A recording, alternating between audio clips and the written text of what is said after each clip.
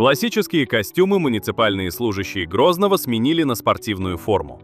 В столице Чеченской Республики состоялся турнир по волейболу среди сотрудников мэрии города Грозного, приуроченный ко дню местного самоуправления. Всего в соревнованиях приняли участие 8 команд. За победу боролись коллективы Грозненской городской думы, представители префектур, ЕДДС, а также сотрудники департаментов строительства и архитектуры, образования, финансов и аппарата мэрии Грозного. По итогам напряженной борьбы призовые места распределились следующим образом. Первое место завоевал департамент образования мэрии города Грозного. Вторыми стали представители департамента строительства и архитектуры, а бронзу взяла команда Грозненской городской думы. Участники, занявшие призовые места, были награждены кубками, медалями и почетными грамотами.